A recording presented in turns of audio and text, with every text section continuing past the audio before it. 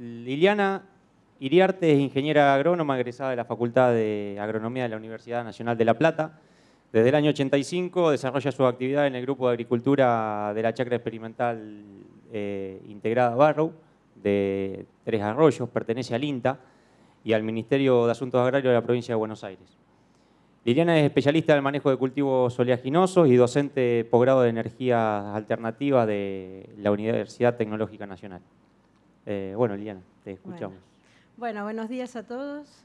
Muchas gracias por la invitación a Presid. Siempre nos ponemos muy contentos cuando nos invitan a hablar de colza. Un cultivo muy importante, es la segunda oleaginosa en importancia en el mundo.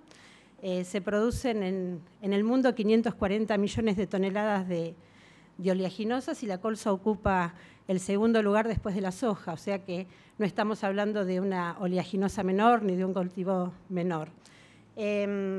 Este cultivo, bueno, tiene muchísima importancia desde hace muchos años. En nuestro país la superficie sembrada o alcanzada es bastante errática, diversos problemas especialmente tecnológicos y económicos hacen que no sea un cultivo atractivo para muchos de los productores. La mayor superficie en estos últimos 20 y pico de años se alcanzó en el año 2012 con cerca de 120.000 hectáreas y les comentaba que, bueno, nosotros desde el INTA se trabaja desde el año 2006 en forma intensa en el cultivo de colza, especialmente en lo que es la evaluación de cultivares y temas de manejo y sanidad del cultivo. Actualmente en el mercado hay 24 cultivares de tipo primaveral e invernal. Ustedes saben que en colza hay dos tipos de cultivares, el tipo de cultivares invernal que necesita vernalización.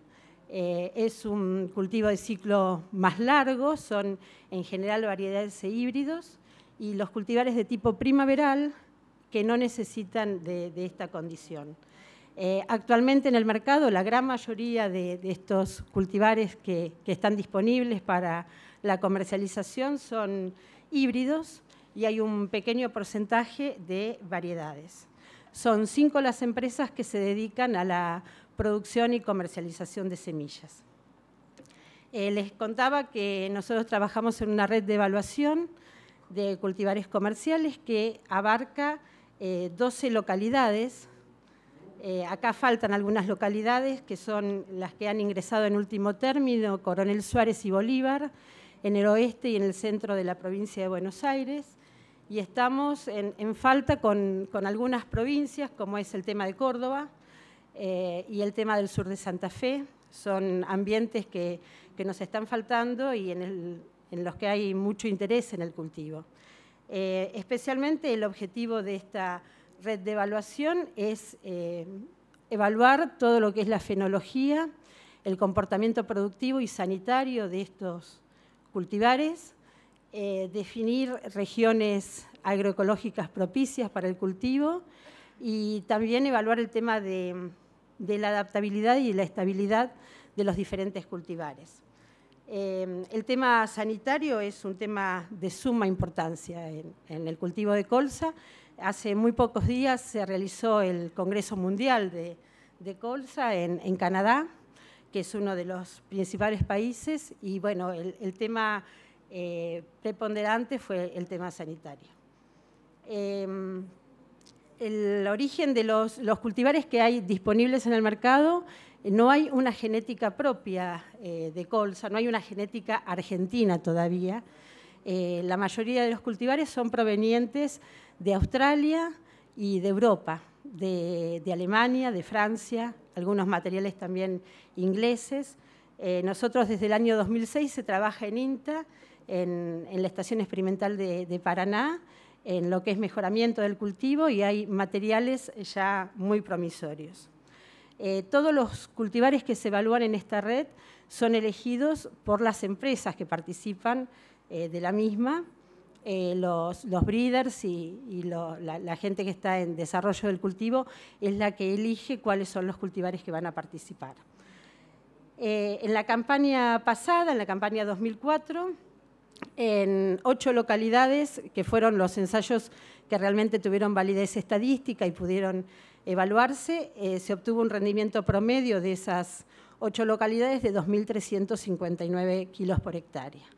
Es un rendimiento bueno, un rendimiento promedio muy bueno, evaluando 13 cultivares primaverales. En realidad hay una diversidad muy importante en cuanto a lo que es el clima y el suelo en tantas localidades. La localidad con el mayor rendimiento fue Balcarce, con arriba de los 3.200 kilos en promedio de esas 13 cultivares, y luego Paraná, en 2 fechas de siembra que realiza, y Santiago del Estero.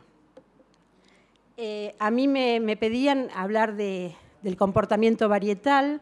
Nosotros evaluamos en este año 13 cultivares comerciales, donde bueno, hay varios cultivares que son los que se destacan, híbridos y variedades, especialmente los materiales de tipo primaveral y de origen australiano, como es el caso de las Jaiolas, de las Viaurio, de Rivet, materiales que han estado por encima de ese promedio de rendimiento en un 2 a un 10%. Bueno, como estamos hablando de una oleaginosa, un carácter primordial es el tema del contenido de aceite. Sabemos que el contenido de aceite depende especialmente de la genética y tiene una alta influencia ambiental, especialmente dada por las temperaturas durante el periodo de síntesis de aceite. Nosotros podemos decir, bueno, la base de comercialización de colza es 42% y se paga un punto por cada punto por encima de esa base. Podemos decir, bueno, que todos los materiales que están en evaluación superan ampliamente esa base y hay materiales que están cercanos al 49% de aceite. Decíamos que también hay una gran importancia de la genética, perdón, del ambiente, y es así como ambientes como Concepción del Uruguay o Paraná tenemos porcentajes de aceite muy cercanos al 50% en el promedio de evaluación del total de materiales de tipo primaveral. A modo de síntesis, los aspectos primordiales o los parámetros esenciales que hay que tener en cuenta para elegir un cultivar, además del rendimiento en grano y aceite, que es lo que normalmente nos fijamos cuando tenemos a disposición la lista de materiales, es también el área agroclimática en la que vamos a sembrar, pensando que hay materiales de tipo primaveral e invernal y que estos materiales invernales tienen un área de producción muy restringida en nuestro país. El tema del comportamiento sanitario, que como les decía, es primordial, y nosotros cuando realizamos la evaluación de los cultivares, se realiza también la evaluación del aspecto sanitario y de las principales enfermedades que posee la colza, especialmente en Paraná, en Balcarce y en Barrow, y esa información está disponible en la página de INTA, con bueno, toda la información que surge de estos ensayos. También es muy importante el tema de la calidad de la semilla que vamos a emplear. Pensemos que estamos produciendo semilla de una oleaginosa, que no es tan sencillo como producir un cereal. Tiene algunas condiciones especiales que hace que principalmente el tema del vigor y del poder germinativo muchas veces no sea el deseable. Y además la historia del lote, porque la colza es un cultivo muy sensible a todo lo que sean herbicidas residuales, y de acuerdo al cultivo que tengamos antecesor de colza, podemos tener algunos problemas de fitotoxicidad importantes. Con respecto al manejo durante el ciclo de crecimiento y desarrollo de colza, yo marqué algunos aspectos que me parecen muy importantes y que además son preocupación por parte de los productores y técnicos. Uno es el tema de implantación, el tema de fertilización y todo lo que es monitoreo de plagas y enfermedades y la cosecha. Les decía que, bueno, el tema de implantación, que es tan preocupante y que muchas veces no se puede lograr, hay distintos factores que intervienen, especialmente el tema de calidad de semilla, de la calidad de la semilla que estamos usando, de las condiciones ambientales, especialmente la humedad. La colza es un cultivo que necesita mayor cantidad de agua que lo que necesita un cereal para germinar, y la tecnología de siembra, desde lo que es la elección del lote hasta la fecha de siembra, la profundidad, la compactación, el despejar muy bien el tema de coberturas cuando partimos de un residuo excesivo del cultivo antecedente. Combinando todos estos factores, podemos decir que la implantación es eficiente. Con respecto a la fecha de siembra, nosotros trabajamos en este aspecto desde hace ya muchos años en dos ambientes muy disímiles. Uno es Barrow y el otro es la Estación Experimental de Paraná. Con respecto a Barrow, hemos determinado que la fecha de siembra más adecuada, de acuerdo a la ubicación del periodo crítico del cultivo, que es bastante extenso y se ubica desde principios de floración hasta lo que es fijación de granos. Para los cultivares de tipo invernal y primaverales largos, el óptimo es a partir de mediados de abril hasta mediados de mayo. Esa sería la fecha de siembra óptima. Para las primaverales de ciclo intermedio largo, podemos hablar de mediados de mayo a mediados de junio. Y lo que son primaverales podemos extendernos hasta agosto, incluso septiembre, dependiendo de lo que querramos hacer después del cultivo, ¿no? Sabemos que la colza especialmente es buscada para poder hacer el doble cultivo colza-soja. La colza despeja mucho antes, libera mucho antes el suelo y ahí podemos hacer una soja prácticamente de primera siembra. Con respecto a lo que son los estudios que se hicieron en Paraná por parte del ingeniero Coll, él ha determinado que la fecha de floración en ambientes con temperaturas tan altas a partir en los meses de septiembre y octubre determina la fecha de rendimiento, determina el rendimiento del cultivo, y en lo que es este ambiente se buscan floraciones entre el 1 y el 29 de agosto. Esto es un gráfico que está en días julianos y el rendimiento relativo más alto se alcanza cuando la floración se da en ese periodo. Y esto se obtiene con cultivares más largos en siembras de abril, a partir de mediados de abril, y en cultivares más cortos con siembras de mayo. Decíamos que la fertilización es un aspecto sumamente importante, no se puede concebir un cultivo de colza sin fertilización. La colza exige cada 1000 kilos de grano aproximadamente 60 kilos de nitrógeno, 8 kilos de fósforo y 10 a 13 kilos de azufre. Al ser una crucífera es especialmente necesario el aporte de azufre. Estos son datos de Jackson del año 2000, que habla del efecto que tiene la fertilización con nitrógeno y azufre sobre el rendimiento de colza, y también hace hincapié en el tema de la relación que tiene que haber entre ese nitrógeno que se aporta y el azufre, y de acuerdo a la bibliografía que se emplea está entre 5:1 a 7:1. Hay trabajos que han hecho distintos investigadores, ya sea en la zona de Entre Ríos, en el centro de Santa Fe, en el sudoeste, en el centro sur de la provincia de Buenos Aires, y muestran cuántos kilos de colza podemos obtener por cada kilo de nitrógeno aplicado cuando este está sin azufre y con el acompañamiento de azufre. Vemos que el ingeniero Berga en Tres Arroyos determinó que guardando esa relación de 5:1, con azufre obtuvo 8,5 kilos de colza por cada kilo de nitrógeno aplicado. El ingeniero Zamora, ya más cercano a esta fecha, ha determinado 11 kilos con respecto a 8 cuando no estaba acompañado de azufre. Melchiori en Entre Ríos habla de 10 kilos, casi el doble, con respecto a un lote fertilizado solamente con nitrógeno, y Fontaneto en el centro de Santa Fe nos marcaba aproximadamente 16 kilos. A modo de resumen, los principales aspectos a tener en cuenta en lo que es la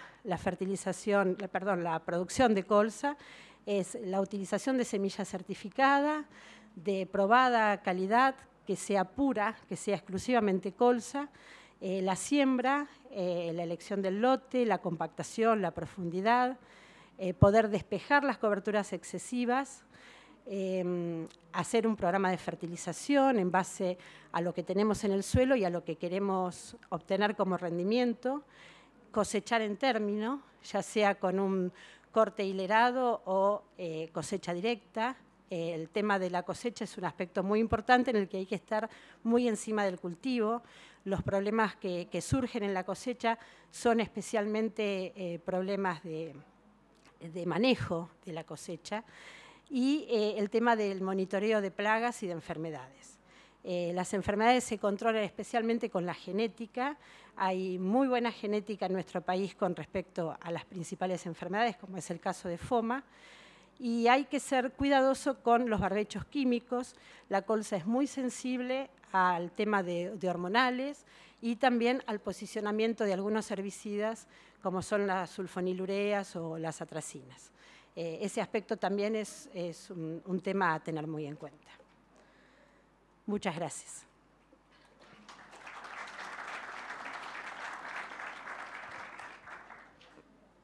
Bueno, ¿hay alguna pregunta, alguna duda que quieran hacer, Liliana?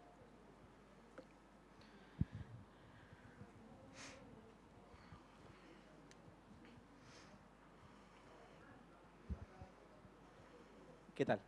¿Qué tal? La duda es la siguiente. Nosotros hicimos bastante colza en la zona de Salto y un poco salió del sistema por la inestabilidad de los rindes. Una inestabilidad de rendimiento que la verdad que no le encontramos explicación y bueno, de alguna forma fue quedando afuera. En esa línea un poco la pregunta mía es la estabilidad del rendimiento entre las primaverales y las invernales. ¿Ves alguna diferencia entre unas y otras como para...? Sí, yo te diría que Salto no es un ambiente para hacer materiales invernales, por ejemplo. Nosotros hay una zonificación que se realizó en INTA Castelar con respecto a temperaturas y a pluviometría y marca que el límite es el centro de la provincia de Buenos Aires para los materiales invernales. Y la inestabilidad de los rendimientos, especialmente en invernales, está dado por el tema de la variabilidad que hay en el clima, que hace que muchas veces no se alcancen a cumplir las horas de vernalización que el cultivo necesita para poder cumplir con todas sus etapas y tener un nivel de floración y fructificación adecuado. Como primera medida eso. En el sur de la provincia de Buenos Aires sí se nota una diferencia entre lo que son materiales invernales y primaverales. Hay que destacar que las invernales que se están empleando son materiales de tipo invernales de muy bajo requerimiento, porque en realidad las invernales requieren entre 4 y 6 semanas con bajas temperaturas, con temperaturas medias entre 3 y 5 grados, medias diarias, y hay muy pocos ambientes en el país que tengan esas temperaturas. Salto seguro no es el ambiente. Y con respecto a las primaverales, yo revisaría el tema del manejo. Nosotros hemos encontrado muchas dificultades en el tema de manejo. No hacer, por ejemplo, un programa de fertilización inadecuado muchas veces nos lleva a no poder alcanzar los rendimientos óptimos o estables a los que pretendemos, ¿no? Yo te consultaría, bueno, el tema de la inestabilidad, cuál es el rendimiento que has alcanzado y cuál es la aspiración que ustedes tenían. El tema fue ese, que llegamos a rendimientos de 25 quintales y con el mismo manejo, todo igual, al otro año 13, 14. Y condiciones climáticas diferentes, seguramente. Sí, cambió bastante. Sí. Sí, la colza responde muy bien a las condiciones climáticas. Por ejemplo, el tema de las temperaturas, especialmente el tema de heladas, el tema de heladas fuera de fecha o heladas tardías, afectan bastante los rendimientos, el tema de las precipitaciones. Yo quizás lo buscaría por ese lado, ¿no? Cuando las condiciones climáticas no son iguales o no son similares, en el correr de los años hay una estabilidad marcada de rendimientos. Sí, buena pregunta. Hola. Sí. ¿Qué es preferible? ¿Atrasar fechas? Rafael hacia el norte. ¿Atrasar fechas en implantación? Digo por el riesgo de heladas tempranas en invierno para que no pierda planta, o cuando está cuajando ya las heladas tardías. No, ¿Qué experiencias tenés? Yo creo, bueno, la colza es un cultivo que tiene un periodo de resistencia a heladas que está dado cuando la planta tiene una roseta de entre 4 y 6 hojas y el tallo de la planta tiene el diámetro de lo que es un lápiz negro, aproximadamente 1 centímetro. 1,5 centímetros. Ese es un periodo de resistencia y las heladas no lo afectan. Yo en ese caso prefiero, además, bueno, habría que ver cuál es la probabilidad, o sea, si ustedes tienen mayor probabilidad de heladas tardías que de heladas tempranas. Sí. Y no ha acumulado temperaturas. No, bueno. Claro, las heladas, las heladas tardías son peligrosas, no en floración, porque la floración es muy larga y tiene muchísima posibilidad de reemplazar las flores, pero la helada más peligrosa, la helada tardía, es la helada que la enganchamos cuando está cuajando grano. Fines de septiembre, heladas de fines de septiembre. Ajá. Yo preferiría adelantar fechas de siembra y poder llegar a una floración similar al caso de Paraná, una floración prácticamente completa entre el 1 y el 29 de agosto, con materiales intermedios, ¿no? Intermedios. Si son materiales más cortos, me atrasaría en la fecha de siembra, porque ya para esa fecha, pensando que voy a tener un mes de floración aproximadamente, estaría ya con el grano medianamente cuajado y las pérdidas podrían ser menores. Por acá, la pregunta es, comentó sobre los hormonales, si podría especificar con cuáles ha tenido problemas, y la segunda dentro de la misma es, control de alternaria, ¿con qué umbrales de incidencia se maneja o si espera y controla fenológicamente? No, el tema de alternaria está acá Norma Formento, que tiene amplia experiencia en el cultivo y ella ha trabajado en todo lo que es determinación ha trabajado mucho en patología, en fitopatología de colza. Hay que hacer la salvedad que en la Argentina no hay ningún producto registrado para colza. O sea, estamos empleando un manejo de herbicidas que es el que nos dicta la experiencia y es lo que se hace en otros países, en los principales países productores, pero no hay absolutamente ningún fungicida y ningún herbicida registrado. Con respecto al tema de hormonales, nosotros hemos visto daños importantes en 2,4-D, especialmente cuando venimos con barbechos secos y después hay humedad, el 2,4-D se posiciona y la colza tiene una raíz pivotante que cuando toma a ese cultivo, a ese herbicida en cualquier momento de desarrollo del cultivo produce daños.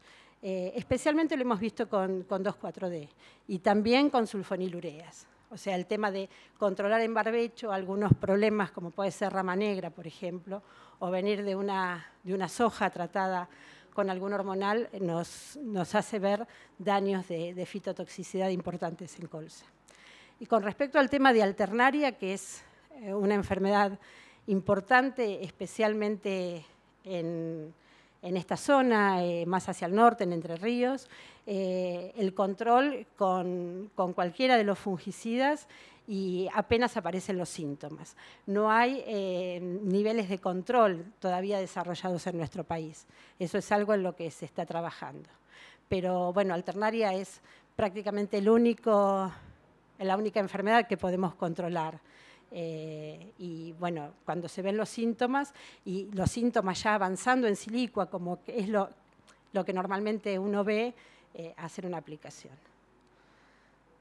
Una consulta. En cuanto... Acá. En Barrow, ¿han trabajado con fraccionamiento de la fertilización nitrogenada? Y si trabajaron, ¿cómo fue modificando, digamos, la partición aceite del grano? Sí, nosotros hemos trabajado con momentos de aplicación y se ha trabajado también en otros ambientes. En Barrow tenemos la particularidad, nosotros trabajamos con invernales y con primaverales. En el tema de invernales sí, es deseable fraccionar el tema del nitrógeno. Hacemos una aplicación muy temprana y otra aplicación en roseta antes de elongación. El tema del nitrógeno, bueno, la diferencia está que en invernales tenemos diferencias porque cuando uno ve la estructura que tiene un cultivar de tipo invernal, es una planta mucho más grande, con mucha mayor foliosidad, y cuando tiene la mayor necesidad de nitrógeno ya es una planta vieja. Entonces el tema de fraccionar nos hace que el nitrógeno esté disponible para cuando la planta realmente lo necesita. Con respecto al problema en aceite, o que puede bajar los niveles de aceite, son dosis altísimas de nitrógeno, pero altísimas, arriba de los 250 kilos. Y se ha hecho siempre en forma experimental y no hay, nunca ha habido ningún registro de una producción, de un lote comercial que presente un problema de baja de aceite por exceso de nitrógeno. Acá yo tengo una pregunta. Comparado con otros cultivos oleaginosos, ¿cuáles son sus aptitudes para producir biodiesel? ¿Es preferible este o cualquier otro cultivo? Es preferible la colza. Aparte, yo, ¿qué te puedo decir? Soy fanática de la colza, pero en el mundo el biodiesel se produce a partir de colza. Primero por la calidad que tiene de aceite. La colza tiene un porcentaje de ácido oleico que es similar a lo que es un aceite de oliva. Francia, Alemania producen biodiesel a partir de aceite de colza. Y es el mismo aceite que se emplea para la alimentación. O sea, esto es medio largo, pero en colza hay distintos tipos de colza. Hay colzas de tipo industrial, que son las que tienen diferentes componentes en su aceite. Tienen especialmente mucho ácido erúsico y eso los convierte en aceites no aptos para el consumo humano, pero sí para la industria, como aceites lubricantes, aceites que se emplean para pinturas, para realizar solventes. Y en el caso de lo que es biodiesel, el biodiesel se produce con el aceite que es doble cero o canola, o sea, que tiene bajo porcentaje de erúsico y de glucosinolato y que es el mismo que es apto para la producción como uso alimenticio.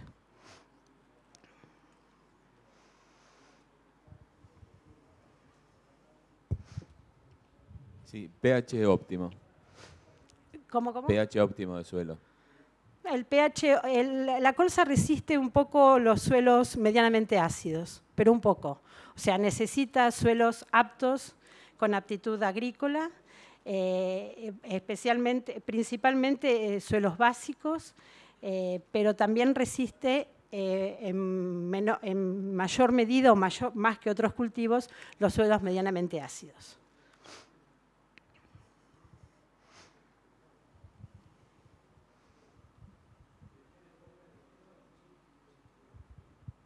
Hola, ¿qué tal?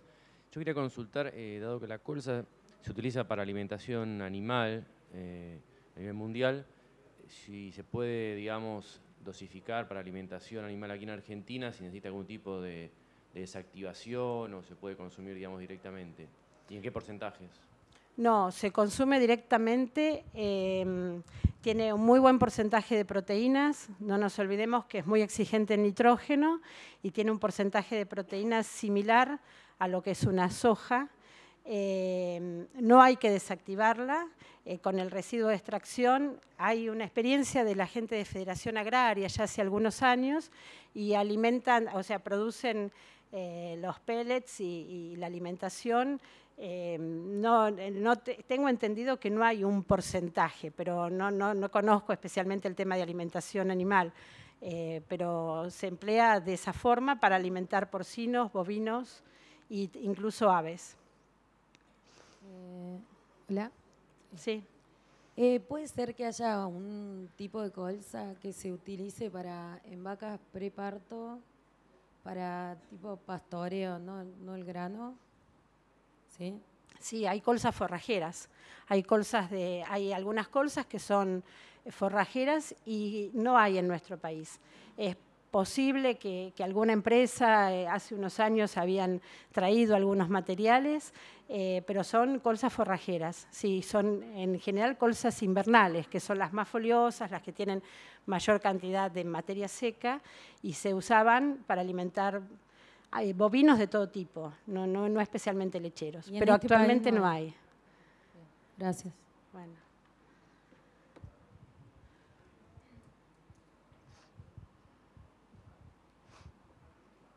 Sí, buenos días. Buen día. Yo le quería hacer una consulta sobre la cosecha. Usted dijo dos alternativas, o la cosecha directa o el corte hilerado. Sí. Quería hacer una consulta a ver qué opina de ambas. Y se usan los dos métodos y los dos tienen pros y contras. Muchas veces, dependiendo de la superficie que tengamos para cosechar, lo mejor es una cosecha directa. Lo que es el corte hilerado tiene alguna dificultad con respecto a la disponibilidad de maquinarias. No hay demasiadas máquinas que hagan corte hilerado. El tema del corte hilerado es que nosotros podemos manejar mucho mejor el tema del momento del corte. La colza se cosecha, o sea, se corta cuando está verde y tiene aproximadamente un 30-35% de humedad fisiológica. O sea, quiere decir que a partir de esa humedad ya no hay más síntesis de aceite, no hay más producción de materia seca y lo único que hay que hacer es perder humedad. Entonces, nosotros el corte hilerado podemos hacerlo con esa humedad. Lo que es cosecha directa, tenemos que esperar a que la semilla o el grano esté en condiciones prácticamente de recibo. El recibo es 8,5%. Si uno espera para cosechar una crucífera y que tenga 8,5 o 9%, estamos en problemas porque se va a abrir. Y esa cosecha normalmente se hace con 13-14% de humedad en cosecha directa. Es muy probable que esa cosecha tenga que ir a un secado porque la humedad de recibo son 8,5%. Entonces eso sería una desventaja y estamos agregando un valor extra a lo que es la producción.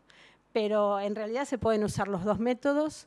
La cosecha de colza no es sencilla y es un aspecto en el que hay que aprender y enseñar mucho. Hay empresas que están o que han hecho muchos talleres y muchas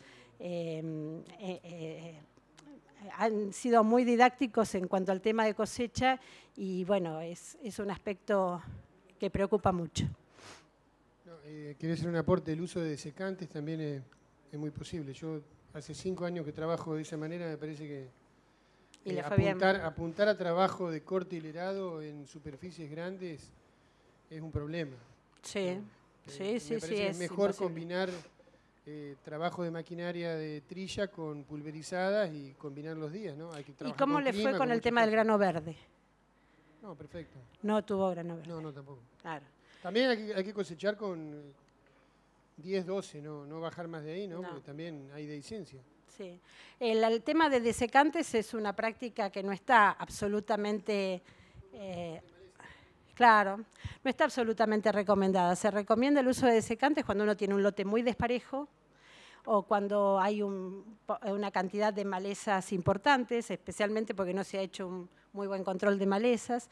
Y el gran problema que tiene es que hay un porcentaje de grano verde importante y en nuestro país no, todavía, pero el grano verde se castiga en la comercialización.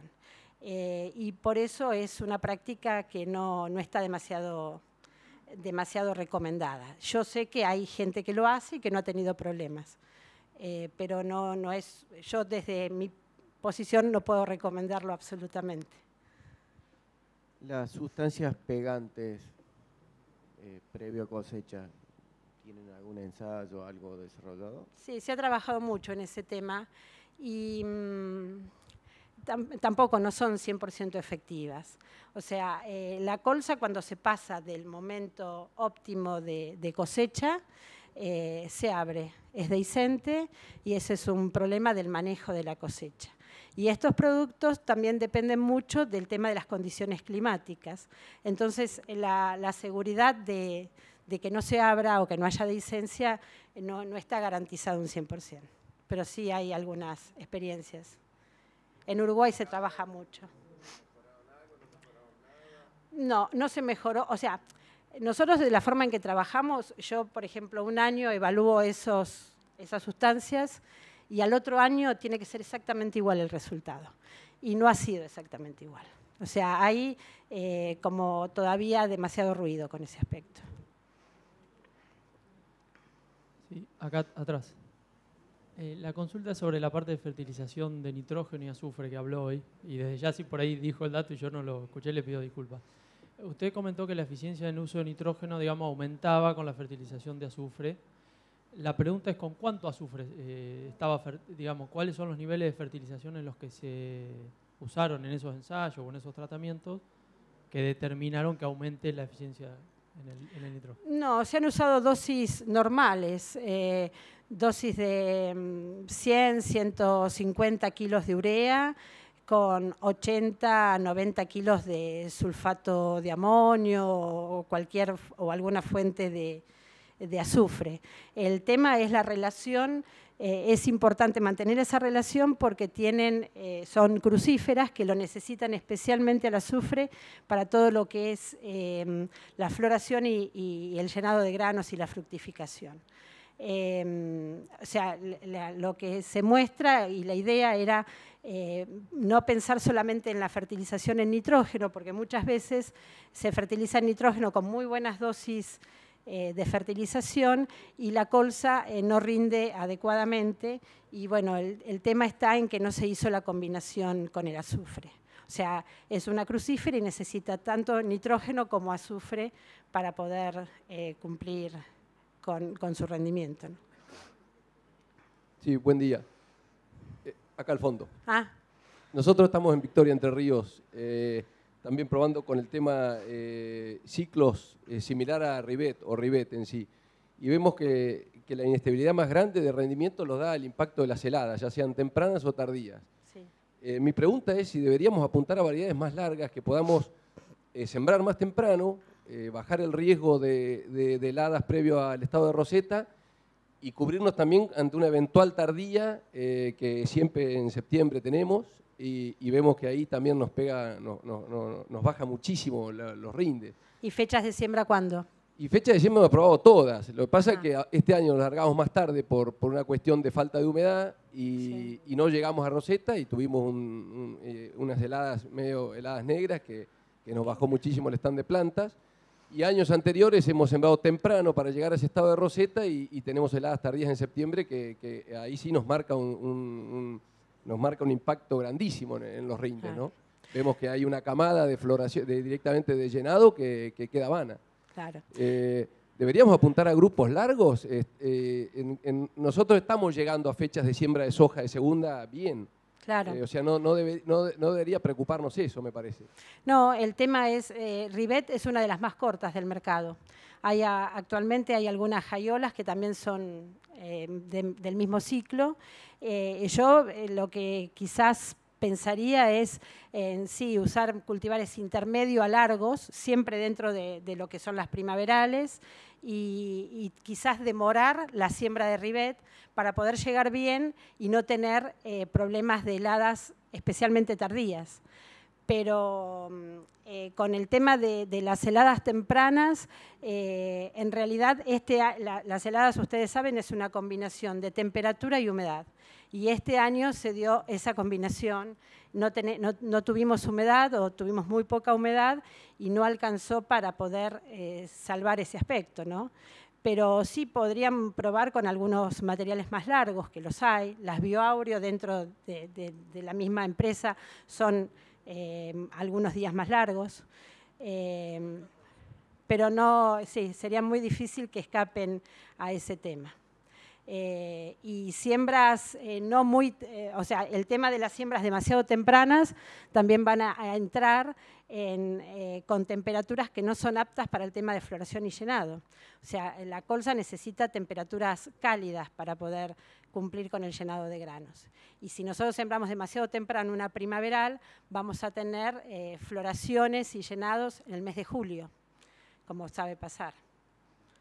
Pero sí, podrían, o sea, si siempre han hecho la evaluación o la experiencia con un material tan corto como Rivet, evaluar materiales un poco más largos.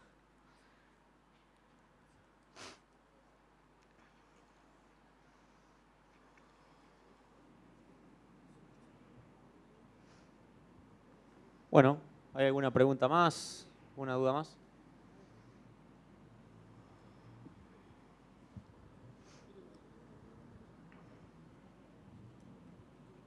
Entrando en el tema principalmente económico, ¿qué diferencia me haría un cultivo de colza contra cualquier cultivo de invierno?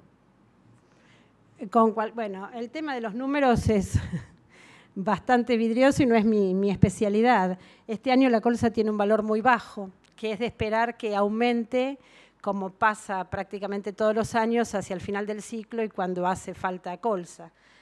Nosotros hemos hecho, yo tengo valores del mes de abril, mayo, y en realidad, por ejemplo, en nuestra zona, con respecto al trigo, la colza era superior en el margen. Y además, también teniendo en cuenta que podemos sumarle al tema de colza el tema del doble cultivo de la soja, ¿no? Cosa que con trigo nos resulta mucho más difícil. Pero en realidad los números este año creo que no dan para nada, para ningún cultivo.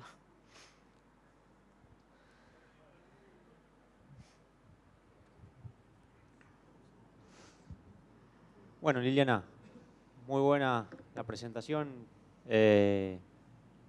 Nos queda a ver qué pasa con el mercado y salir a hacer colza. Eso, muchas Muchas gracias. Gracias.